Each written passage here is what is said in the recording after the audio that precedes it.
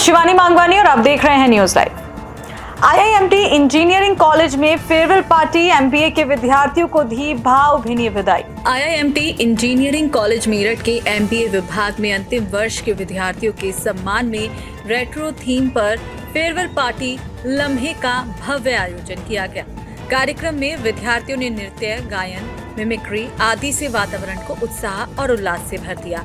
इस दौरान mister farewell अमन Upadhyay, miss farewell Tanisha रानी, mister talented Abhishek Kumar, miss talented सलोनी और आकर्षक परिधान का पुरस्कार तुषार शर्मा व स्नेहा त्यागी के नाम रहा।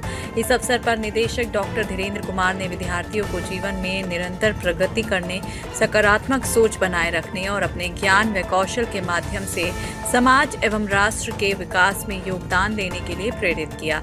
विभागाध्यक्ष डॉक्टर विख्यात सिंघल ने विद्यार्थियों को भावी जीवन के लिए शुभकामनाएं दी।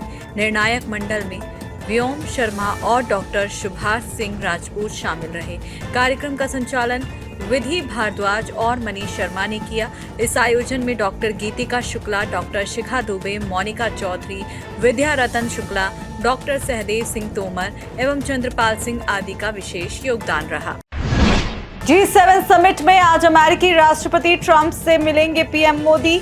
वेस्ट एशिया और व्यापार डील पर चर्चा की संभावना। G7 समिट में प्रधानमंत्री नरेंद्र मोदी आज अमेरिकी राष्ट्रपति डोनाल्ड ट्रंप से मुलाकात करेंगे। इस मुलाकात में हॉर्मुज, ऊर्जा आयात, व्यापार और पश्चिम एशिया पर चर्चा की संभावना है। समाचार एजेंसी ANI के अनुसार दोनों नेताओं के बीच पश्चिम एशिया के हालात, हॉर्मुज स्ट्रेट और अमेरिका से ऊर्जा आयात जैसे मुद्दों पर चर्चा होगी। भारत और अमेरिका के बीच ट्रेड डील भी अंतिम चरण में है और अगले कुछ हफ्तों में इस पर काम पूरा होने की उम्मीद है। माना जा रहा है कि पीएम मोदी और ट्रंप की बैठक के एजेंडे में वेस्ट एशिया का संकट प्रमुख मुद्दा रहेगा और भारत अमेरिका की आगामी ट्रेड डील पर भी बातचीत होगी।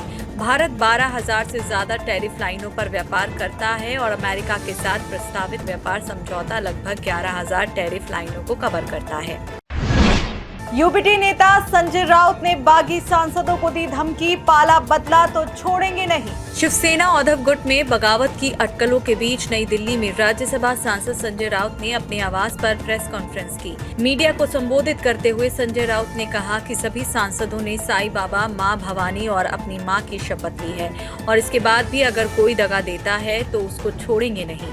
संजय राउत ने कहा कि हमने व्हिप जारी किया है और लोकसभा के स्पीकर ओम बिरला जी को पत्र लिखा है। संजय राउत ने यह भी कहा कि उद्धव ठाकरे ने उन्हें जिताने के लिए दिन रात एक कर दिया। हमारे सांसद शिवसेना के चुनाव चिन्ह मशाल पर जीत कर आए, जिनके नेता उद्धव ठाकरे हैं, लेकिन अगर अब कोई पाला बदलता है तो हम छोड़ेंगे नहीं। संजय राउत ने यह भी कहा कि जिन्हें जाना है वो इस्तीफा देकर जा सकते हैं। प्रेस कॉन्फ्रेंस में 9 में से सिर्फ 3 सांसद अरविंद सावंत, अनिल देसाई और राजा भाऊ मौजूद रहे। भारत रूस परमाणु साझेदारी ने बनाया नया कीर्तिमान, कुडनकुलम प्रोजेक्ट की बड़ी उपलब्धि। देश के परमाणु ऊर्जा कार्यक्रम को नई गति देते हुए कुडनकुलम परमाणु ऊर्जा परियोजना की 5वीं इकाई में रिएक्टर प्रेशर वेसल का सफलतापूर्वक इंस्टॉलेशन हो गया है। परमाणु ऊर्जा विभाग ने इसे देश के स्वच्छ एवं टिकाऊ ऊर्जा मिशन की दिशा में अहम कदम बताया है। रिएक्टर प्रेशर वेसल परमाणु ऊर्जा संयंत्र का प्रमुख और संवेदनशील हिस्सा होता है, जिसमें रिएक्टर कोर स्थित रहता है। इसमें परमाणु विखंडन की प्रक्रिया से ऊर्जा का उत्पादन किया जाता है। तमिलनाडु के तिरुनेलवेली जिले में स्थित कुडनकुलम परमाणु ऊर्जा परियोजना भारत और रूस के बीच अंतर सरकारी समझौते के तहत विकसित की जा रही है। परमाणु ऊर्जा विभाग के अनुसार RPV की स्थापना के साथ ही 5वीं इकाई में न्यूक्लियर स्टीम सप्लाई सिस्टम से जुड़े उपकरणों की स्थापना का कार्य शुरू हो जाएगा। पीएम मोदी और डोनाल्ड ट्रंप की मीटिंग से पहले भारत को झटका, अमेरिका ने बदला इंडो पैसिफिक कमांड का नाम। अमेरिकी रक्षा विभाग ने इंडो पैसिफिक कमांड का नाम बदलकर पैसिफिक कमांड कर दिया है।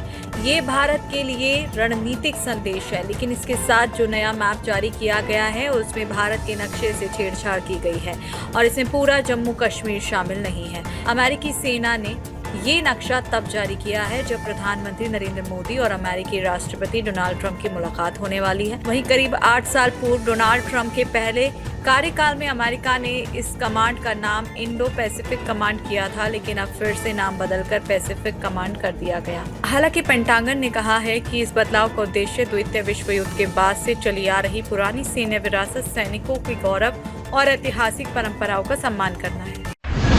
क्रूड ऑयल में गिरावट से शेयर बाजार में हरियाली, सेंसेक्स और निफ्टी उछले। कच्चे तेल की कीमतों में गिरावट और वैश्विक बाजारों से मिले सकारात्मक संकेतों के चलते घरेलू शेयर बाजार में तेजी देखने को मिली। शुरुआती कारोबार में सेंसेक्स 285 अंक से ज्यादा उछल गया तो निफ्टी 24,064 के लेवल पर पहुंच गया। इस दौरान आईटी, एफएमसीजी, रियल्टी और एनर्जी सेक्टर के शेयर्स में अच्छी खरीदारी देखने को मिली। इसके साथ ही आईटी कंपनियों के शेयर्स में ज्यादा उत्साह से बाजार को मजबूती मिली। वहीं निफ्टी की बड़ी कंपनियों में हिंडाल्को, एनटीपीसी, ट्रेंड, ओएनजीसी, भारती एयरटेल, डॉक्टर रेड्डीज और एक्सिस बैंक के शेयर्स में गिरावट देखी गई। सराफा बाजार में उतार चढ़ाव जारी, एक बार फिर सोने और चांदी के बड़े दाम। घरेलू सराफा बाजार में उतार चढ़ाव के बीच सोने और चांदी के भाव में एक बार फिर तेजी आई। आधिकारिक वेबसाइट ibjarats.com के अनुसार 999 शुद्धता के सोने का भाव 1,50,105 रुपए प्रति 10 ग्राम और 995 शुद्धता के सोने का रेट 1,49,504 रुपए प्रति 10 ग्राम पर पहुंच गया। इसके साथ ही 999 शुद्धता की चांदी की कीमत 2,48,435 रुपए प्रति किलोग्राम रिकॉर्ड की गई। आज के लिए बस इतना ही। कल फिर मिलेंगे देश और दुनिया से जुड़ी अधिक जानकारियों के साथ। तब तक के लिए देखते रहिए और सब्सक्राइब करिए IIM टीम मीडिया।